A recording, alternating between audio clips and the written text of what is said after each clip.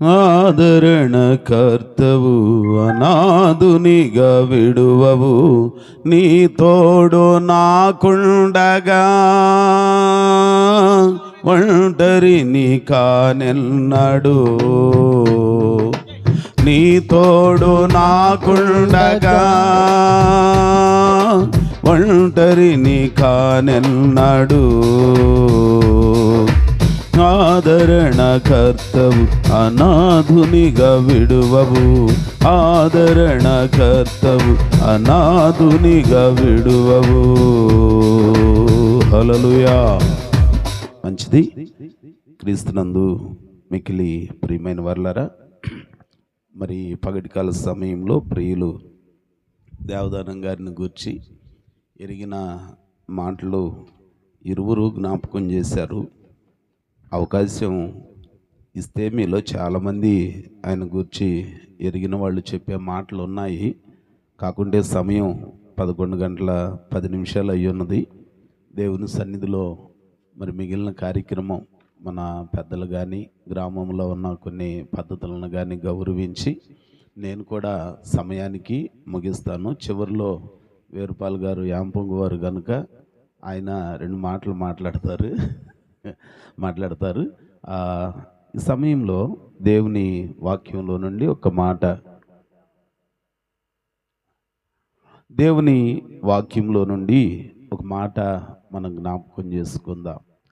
భక్తుడైన దావీదు గారు ఈ లోకయాత్రని ముగించడానికి ముందు తన కుమారుడై ఉన్న సొలొమోనును పిలిచి తనతో ఓ మాట గుర్తు చేస్తూ అంటాడు. రాజుల మొదటి గ్రంథము 2వ అధ్యాయము, మొదటి గ్రంథము, రాజుల మొదటి గ్రంథము 2వ అధ్యాయము మొదటి 2 వచనాలను మనం చదువుకుందాం. మొదటి 2 వచనాలను. దావీదునకు మరణకాలము సమీపించగా అతడు తన కుమారుడై ఉన్న సొలొమోనునకు ఈలాగున ఆజ్ఞ ఇచ్చెను. లోకులందరూ పోవలసిన మార్గమున నేను పోవుచున్నాను, కాబట్టి నీవు ధైర్యం తెచ్చుకొని నిబ్బరము కలిగి నీ దేవుడైన యెహోవా అప్పగించిన దానిని కాపాడి ఆయన మార్గమున అనుసరించిన ఎడల నీవు ఏ పని పూనుకొనినను ఎక్కడ తిరిగినను అన్నింటిలో వివేకముగా నడుచుకుందువు. చాలు. దేవుని వాక్యంలో లోకాన్ని విడిచిపోయే పెద్దలు కొంతమంది తమ పిల్లలకి అనేకమైనవి అప్పగించుతారు. ఒక్కొక్కళ్ళు అయితే, అయ్యా ఇక నేను వెళ్ళిపోతున్నా, నా పరిస్థితి ఎట్లాగున్నది, ఇదిగో చెల్లి జాగ్రత్త, పిల్లల జాగ్రత్త, వాళ్ళకి పెళ్లి చేయలేకపోయా, వాళ్ళ విషయం చూడు, ఈ బాధ్యతలు అప్పగిస్తారు. అట్లాగనే దావీదు భక్తుడు తన కుమారుడైన సొలొమోనును పిలిచి మరణకాలము సమీపించినప్పుడు ఆ చివరి క్షణాలలో తన కుమారుడైన సొలొమోనును పిలిచి ఆయనకు చెప్తున్నాడంట, రే నాయనా, లోకులందరూ పోయే మార్గాన నేను కూడా పోవచ్చున్నా. ఏ మార్గం అది? మరణ మార్గం. ధనికుడైనా దరిద్రుడైనా గొప్పవాడైనా కొద్దివాడైనా ఇంతవాడైనా అంతవాడైనా ఎంతటి వాడైనా లోకాన్ని విడిచి వెళ్ళిపోయేవాళ్ళే. ఈ లోకంలో శాశ్వత కాలం ఉండేవాళ్ళు ఎవరు లేరు. నిరంతరం బ్రతికే వాళ్ళు ఎవరు లేరు. గుర్తుంచుకోవాలి. ఆరోగ్యం ఉందనుకున్నా, అండదండలు ఉన్నాయి అనుకున్నా, ధనబలం, ఆ బలం, ఈ బలం, ఏ బలం ఉన్నా ఇవేవి మనల్ని మరణంలో నుంచి తప్పించడానికి ఉపయోగపడేవి కావు. అయితే ఆయన అంటున్నాడట, ఇదిగో లోకులందరూ పోయే మరణ మార్గంలో నేను వెళుతున్నాను, అయితే నేను నీకే ఒక పని అప్పచెప్తున్నాను అని ముఖ్యమైన 3 పనులు అప్పచెప్తాడు. వాటిల్లో మొట్టమొదటిది ఏంటన్నానంటే, అయ్యా నువ్వు ఎక్కడ తిరిగినా, ఏ పని పూనుకున్నా ఆ కార్యాలన్నీ సఫలమయ్యి నీకు మేలు కలిగి దేవుడు నీకు ఘన విజయం ఇవ్వాలనంటే యెహోవా మార్గములలో నీవు అనుసరించి నడువు, ధర్మశాస్త్రమును అనుసరించి నడువు. అంటే వాక్యాన్ని విని వాక్యానుసారంగా దేవునికి ఇష్టమైన పద్ధతులలో నీవు నడిచినప్పుడు దేవుడు నీవు పూనుకున్న కార్యాలన్నింటినీ సఫలము చేస్తాడు. మరి పగటికాల సమయంలో దేవదానం గారు వెళుతూ తన పిల్లలకి ఏం అప్పచెప్పాడో ఏ పనులు అప్పచెప్పాడో నాకు తెలియదు. ఆ చివరి క్షణాలలో వారి సతీమణి అలాగనే వారి కుమారుడు చిన్నాయన అక్కడే ఉన్నారు. ఆ చివరి క్షణాలలో మరి హాస్పిటల్లో నేను వెళ్ళే టయానికి వాళ్ళు ఉన్నారు. తర్వాత మన సురేష్ అంటే ఏలియా, మీ అందరికి తెలిసిన పేరు, ఇక వీళ్ళు ఆ తర్వాత వచ్చారు. అయితే పరిశుద్ధ గ్రంథం మన జ్ఞాపకం చేసే మాట, దేవదానం గారు తన పిల్లలకి ఏం అప్పగించాడో అప్పగించలేదో మనకు తెలియదు, కానీ మనం ఏ పని పూనుకున్నా, ఏ కార్యం తలపెట్టినా, ఏది చెయ్యాలనుకున్నా అది సఫలం కావాలనంటే మనందరం సజీవుడైన దేవుని వాక్యం విని దానిని అనుసరించి నడిచేవారిగా ఉందుముగాక. మొదటి విషయం, దేవుని అనుసరించి నడవాలి. కూర్చున్న మనం, దూరాన సమీపాన ఉండి ఈ మాటలు ఆలకిస్తున్న మనం దేవుని చిత్తాన్ని ఎరగాలి, దేవుని ఉద్దేశం ఎరగాలి, దేవుని మాటలు విని వాటి చొప్పున మనం నడవాలి. వాయిదాలు వేయకూడదు, ఆలస్యం చేయకూడదు. ఈ బ్రతుకు ఎంతకాలం ఉంటుందో మనకు తెలియదు. అందుకని అనుభవం కలిగిన ఒక భక్తుడు అంటాడు, మరణానికి ముందు మారు మనసు పొందాలి, రాకడకు ముందు రక్షింపబడిన అనుభవం సంపాదించుకోవాలి. మరణానికి ముందే ఇప్పుడు అంతలేండి, నా వయసు 20గా, అప్పుడే చావనగా, దేవుడు చెప్పాడు కదా మానవుని ఆయుష్కాలము 70 సంవత్సరములు, అధిక బలం ఉంటే 80. ఆ ఎక్స్ట్రా 10 years కూడా ఆయాసం దుఃఖమే, రోగం రొప్పు, తింటే అరగదు, తినకపోతే మనసు ఊరుకోదు. ఆ కోళ్ళ పిల్లలు వచ్చే సాటునన్నీ వేడివేడికి తింటుందని బాధ వేసింది కదండి. మనక తినటానికి అరగదు, పోనీ తినేవాళ్ళని చూస్తే మనసు నెమ్మదిగా ఉండదు, ఆయాసమే, దుఃఖమే, బాధే అని అంటాడు. అందుకనే తిరుగుతా వెళ్ళిపోయిన వాళ్ళే ధన్యులు. బ్రతుకు శాశ్వతం కాదు, ఈ లోకం శాశ్వతం కాదు, లోకంలో ఉన్నది ఏది శాశ్వతం కాదు. అందుకని మనం ఏం చేయాలనంటే, దీపం ఉండగానే ఇల్లు చక్కబెట్టుకోవాలన్న చందాన ఈ వాక్యం వినబడుతుండగానే మనం మారు మనసు పొందాలి. దేవునికి మన హృదయంలో చోటు ఇవ్వాలి. మన ఎత్తుగాళ్ళలో మన తెలివి, మన వివేకం ఇవన్నీ ఎంతకాలమేండి? ఈ శరీరం కాస్త ప్రాణంతో ఊపిరితో ఉన్నంతసేపే. అది గనక ఆగిపోయితే ఇక చేసేదేమీ లేదు. అందుకని ఒక భక్తుడు అంటాడు, బంగారువు ఎలా ఊగినా నీవు భుజములపై నిన్ను మోయక తప్పదురా. ఎంత గొప్ప ఐశ్వర్యంతో తొలతూగినా చివరికి మనల్ని నలుగురు మొయ్యాల్సిందే, పాడి మీద పెట్టుకొని తీసుకెళ్లాల్సిందే. బ్రతుకు శాశ్వతం కాదు. ఇంకెంతకాలం దేవునికి దూరంగా ఉందాం, ఇంకెంతకాలం మనకు నచ్చినట్లుగా లోకంలో పాపాన్ని చురుకుంటూ బ్రతకటం కన్నా దేవుని వాక్యం వినబడుతున్నప్పుడు మారదాము, మార్పు చెందుదాము, దేవుని మాటలు ఆలకించుదాం. దేవుడు ఒక మంచి భాగ్యం ఇచ్చాడు. మన ఈ కొద్దిపాటి గ్రామానికి, మన ఈ కొద్దిపాటి కాలనీకి 2 సంఘాలను ఇచ్చాడు, గ్రామానికి 3 సంఘాలు, 4 సంఘాలను ఇచ్చాడు. దేవుడు మంచి భాగ్యం ఇచ్చాడు. ఎక్కడికో ఒక చోటుకి వెళ్ళి దేవుని వాక్యం విని మారు మనసు పొంది బాప్తిస్మం పొంది మరలా విచ్చలవిడి జీవితం కాకుండా దేవునికి నచ్చిన బ్రతుకు బ్రతికితే అప్పుడు దేవుని మార్గాన్ని నీవు అనుసరించినట్లు. నీవు దేవుని మార్గాన్ని అనుసరించితే ఈ శరీరం మట్టిలో నుంచి వచ్చింది కాబట్టి మట్టికి మట్టిగా మారిపోద్ది, దుమ్ముకు దుమ్ముగా, ధూళికి ధూళిగా మారిపోద్ది. కానీ దేవునికి మరణం లేదు, దేవుడు పెట్టిన ఆత్మక మరణం అనేది లేదు.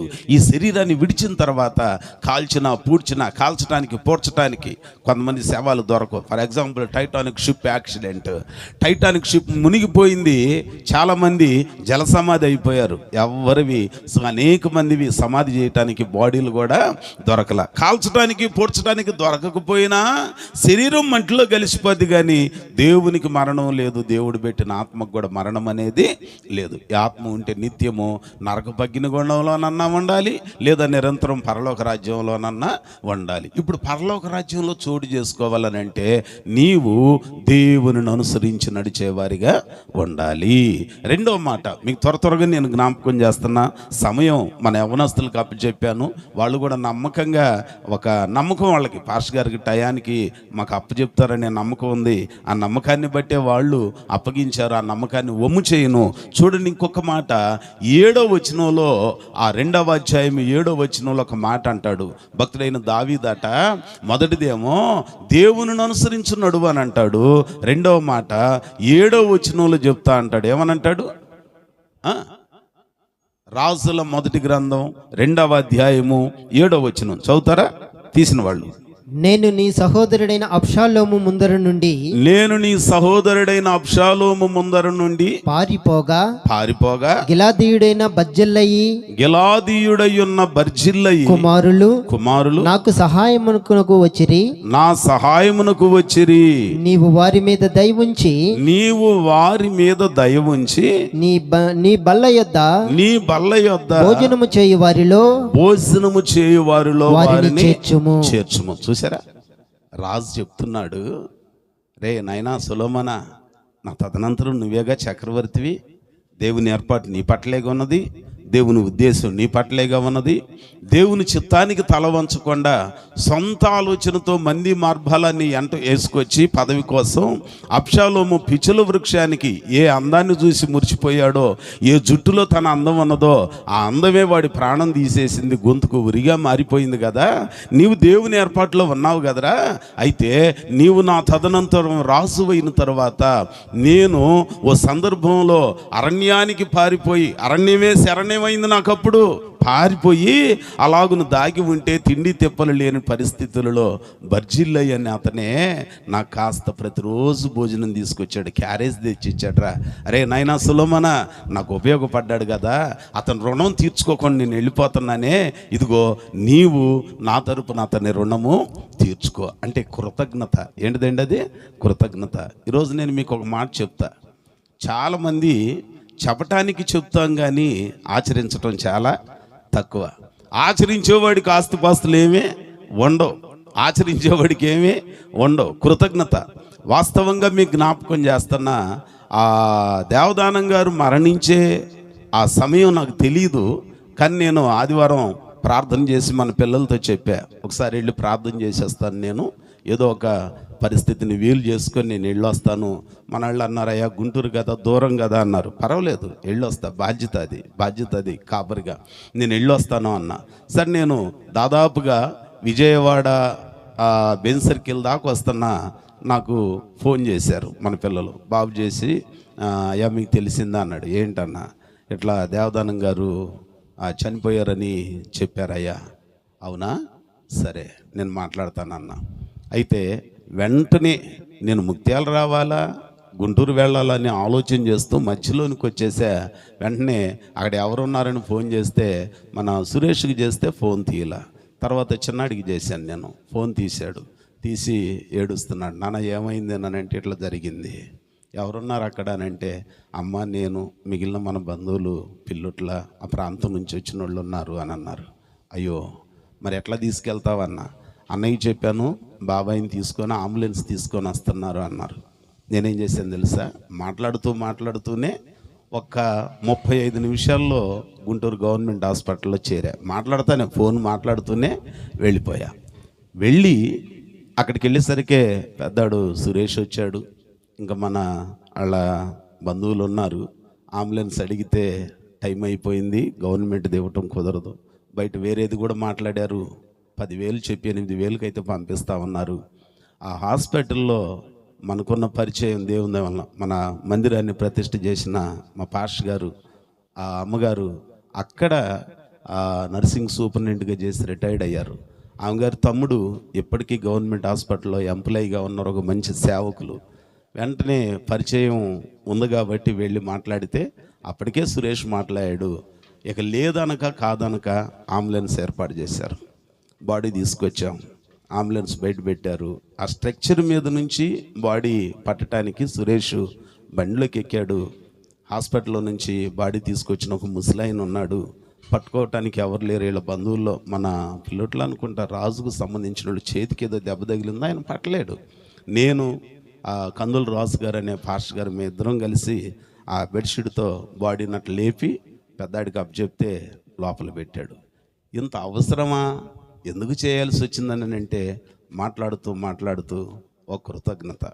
ఒక 2 నెలల క్రితం ఒక చిన్న అపాయం జరిగింది, యాక్సిడెంట్ జరిగిందని అంటే, ముత్యాల ఊరు మొత్తం కదిలి వచ్చిందండి, గుండె తరుక్కుపోయింది. అందరూ వచ్చారు. నేను ఇక్కడికి రాగానే మన ఆడపిల్లలు అప్పటిదాకా మాట్లాడలేని వాళ్ళు కూడా కళ్ళమ్మ నీళ్లు పెట్టుకొని వచ్చి చేయి పట్టుకుంటే గుండె తరుక్కుపోయింది. దేవుడు నమ్మదగినవాడు, వాళ్ళ రుణం తీర్చుకోవాలి. మనకు మేలు చేసిన వాళ్ళ పట్ల కృతజ్ఞత కలిగి ఉండాలి. అసలు కీడు చేసిన వాళ్ళకు కూడా కృతజ్ఞత చూపించమని దేవుడు చెబుతున్నాడు. కనీసం మేలు చేసిన వాళ్ళకన్నా మనం అందరికన్నా ముందు మన ఇమ్మానియలు ప్రతాప్ వీళ్ళు ఫోన్ చేసి సురేష్కి చెప్తే జగ్గపేటలో ఉంటున్నాడనే ఆలోచన కూడా నాకు లేదు. అందరికన్నా ముందు హాస్పిటల్కి వచ్చేసాడు. సురేష్ వచ్చిన దగ్గరుండి అన్నీ చూశాడు. కృతజ్ఞత ఉండాలి మన జీవితంలో. దేవుడు మనకు పరలోక రాజ్యంలో చోటు ఇవ్వాలనంటే మారు మనసు పొంది బాప్తిస్మం పొందితేనే చాలదు. వారం గుడికి వెళ్ళి వచ్చి హల్లెలూయా ఆమేన్ స్తోత్రం అని అంటేనే చాలదు. కానుకలు ఇస్తేనే చాలదు. కృతజ్ఞత ఉండాలి. ఈ పగటికాల సమయంలో దేవుని సన్నిధిలో కృతజ్ఞత కలిగిన వారిగా ఉండాలి. అయా పాస్టర్ గారు బాడీ వచ్చిన తర్వాత ముత్యాలు వెళ్ళిపోయి సమాధి చేయడానికి అవకాశం ఇస్తే సమాధి చేసి రావాలి, కానీ మీకు ఎందుకయ్యా విజయవాడలో వార్త తెలిసినప్పుడు ఇంటికి వెళ్ళిపోవచ్చు కదా, ఎందుకయ్యా అని అంటే కృతజ్ఞత. దేవదానం గారి యొక్క బిడ్డలు ఆ అపాయం జరిగినప్పుడు నా వెనుతట్టుండి నా ప్రక్కన ఉన్న కృతజ్ఞత.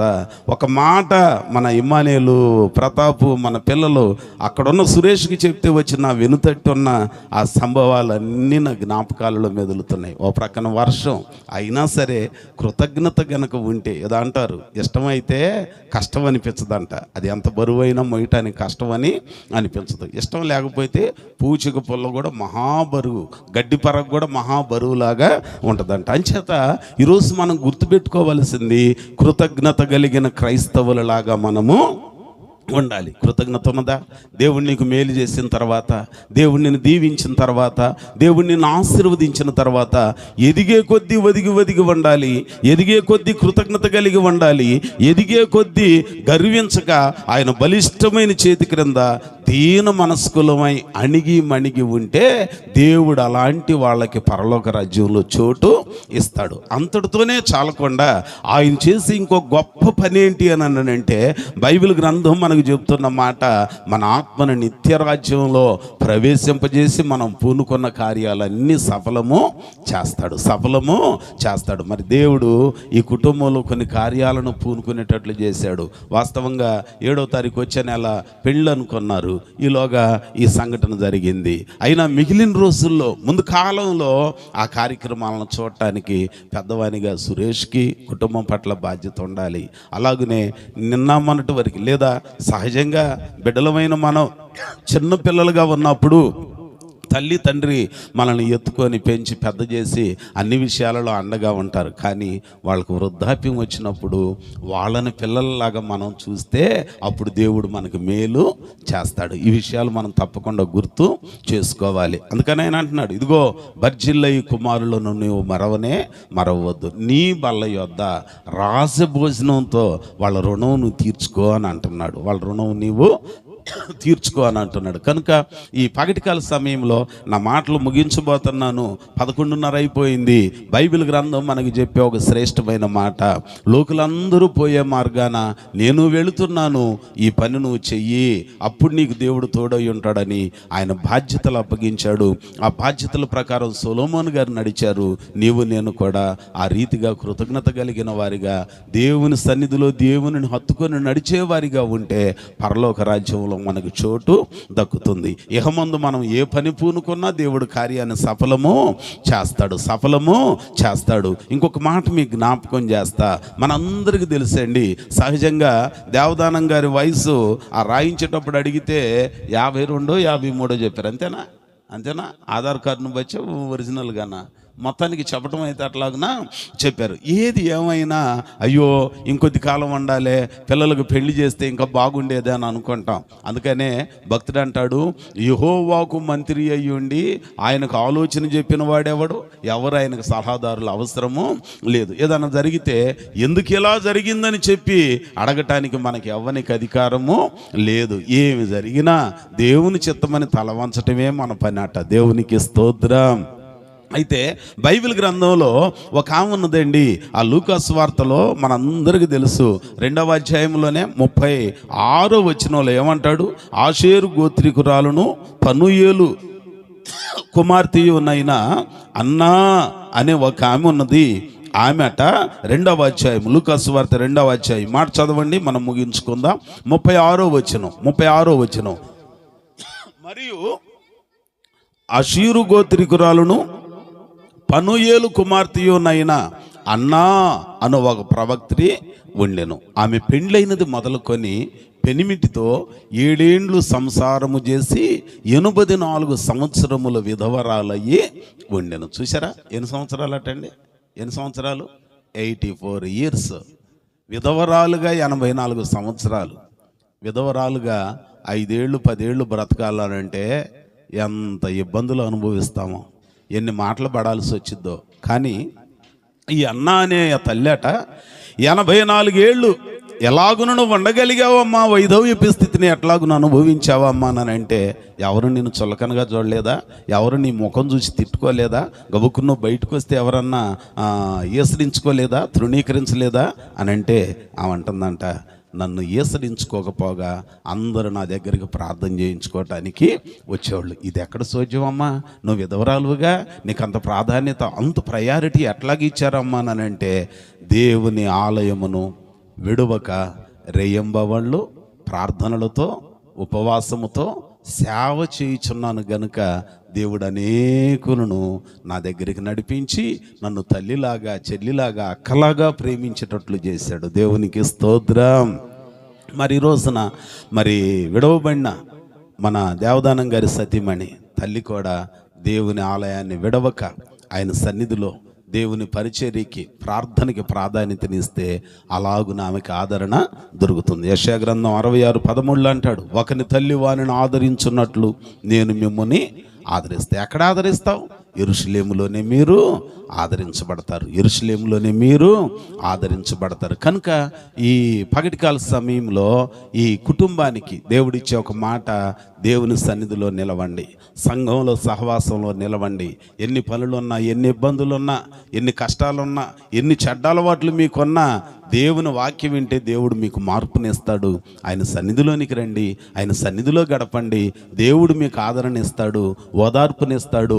ఇక ముందున్న శుభకార్యాలన్నిటినీ, మీరు తలపెట్టిన కార్యాలన్నిటినీ ఈ దేవుడు సఫలపరిచి అంతకంతకు వృద్ధిల్లే భాగ్యాన్ని ఇస్తాడు. ఆ రీతిగా మరి కూర్చున్న మనం, ఇంటివారు, మరి ముఖ్యంగా దేవదానం గారి యొక్క సతీమణి, అలాగనే తన బిడ్డలు, తన బంధువర్గం, రక్త సంబంధికులు అందరూ దేవుని మాటల చేత ఆదరణ పొందుదాం, ఓదార్పు పొందుదాం. ఎంతమంది దేవుని సేవకులు వచ్చారో అంతమందికి అవకాశం ఇవ్వటం కారణం ఏంటన్నానంటే, ఏ సేవకుని నోటి నుంచి దేవుడు ఏ మాటని పలికించి ఆదరిస్తాడో, ఓదారుస్తాడో. ఎంత గలిబిలి పరిస్థితి అయినా నేను వాళ్ళ కార్యక్రమాలన్నీ అయ్యేదాకుండి అరవకుండా, కేకలేయకుండా ఆళ్ళదారికి వెళ్ళి అందరం కలిసి దేవుని దారిలో నడవటానికి దేవుడు ఒక అవకాశాన్ని ఇచ్చాడు. చాలామంది అయిపోయినాక కొంతమంది అంటున్నారు, అయ్యా అసలు కొన్ని పరిస్థితుల్లో అయితే ప్రార్థన చేయటానికి కూడా అవకాశం ఉండదు, గందరగోళం చేస్తారయ్యా. కానీ ఎందుకో దేవదానం గారిది చాలా ప్రశాంతంగా, అక్కడికి వెళ్ళిన తర్వాత కూడా ప్రశాంతంగా జరిగింది. ఏ ఒక్కరిని మినహాయించలే, ఏ ఒక్కరిని విడిచిపెట్టలే, అందరికి అవకాశం కల్పించాం.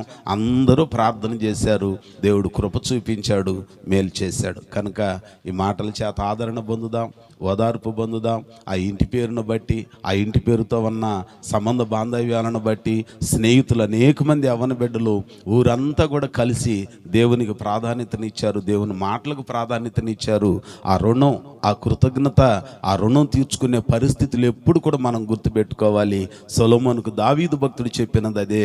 ఒకటి, దేవుని అనుసరించు, రెండవది కృతజ్ఞత కలిగి ఉండు. 9వ వచనంలో చెప్తాడులే కానీ అది మీకు చెబితే అసలు అలివి గారు ఏమనంటాడో తెలుసా? ఒక సంగతి చెప్తాడు, అరే ఆడు షిమి అనేవాడు నన్ను తిట్టాడు ఒక టైంలో, కానీ నోటితో అనడండి, వాడు చావు వచ్చి చావటానికి వీలు. ఇది చెప్పమాకండి ఎవరికి, దేవుడు చూసుకుంటాడు, దేవుడికి అప్పచెబుదా.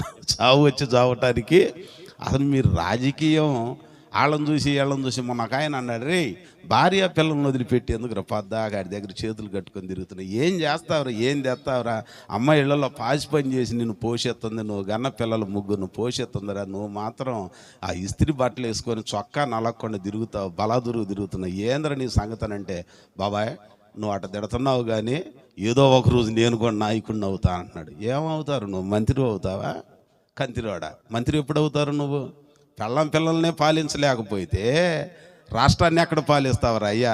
ఒరే ఉట్టికి ఎగరలేనా, ఎక్కడికి ఎగిరిందంట తాగి అరే కత్తి ఆగరా, ఆగి ఏదో ఒక పనికి వెళ్ళి తర్వాత వెళ్ళరా అక్కడికనంటే, కుదరదు, నాకు అభిమానం, నేను అవుతాను చూడు ఏదో ఒక రోజు అని అంటున్నాడు. ఏదో ఒక రోజు అవుతాడంటే ఏం నువ్వు అయ్యేది? దేవుడు చెయ్యాలి. ఏం చేయాలండి? దేవుడు చెయ్యాలి. బాధ్యత కలిగిన వారిగా మనము ఉండాలి. ఆ రీతిగా మనల్ని మనం సమర్పించుకుందాం, పద్ధతి కలిగి ఉందాం, దేవునికి ఇష్టలుగా జీవించుదాం. ప్రభు ఈ మాటలు మన వినికిళ్ళు ఆదరణకై ముద్రించి బలపరచునుగాక. ఆమేన్. ప్రార్థన చేసుకుందాం. అందరం ప్రార్థనలో